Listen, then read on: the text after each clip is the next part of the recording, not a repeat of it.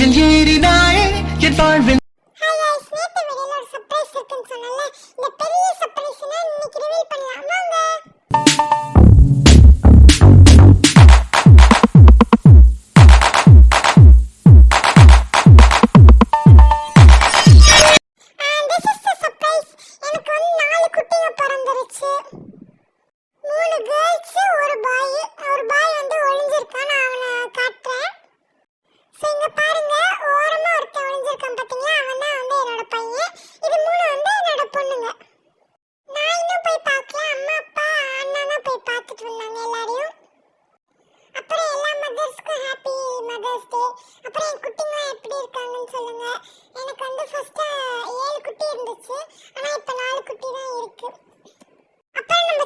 Shorts வராம இருக்கிறதுக்கு ஒரு காரணம் இருக்கு.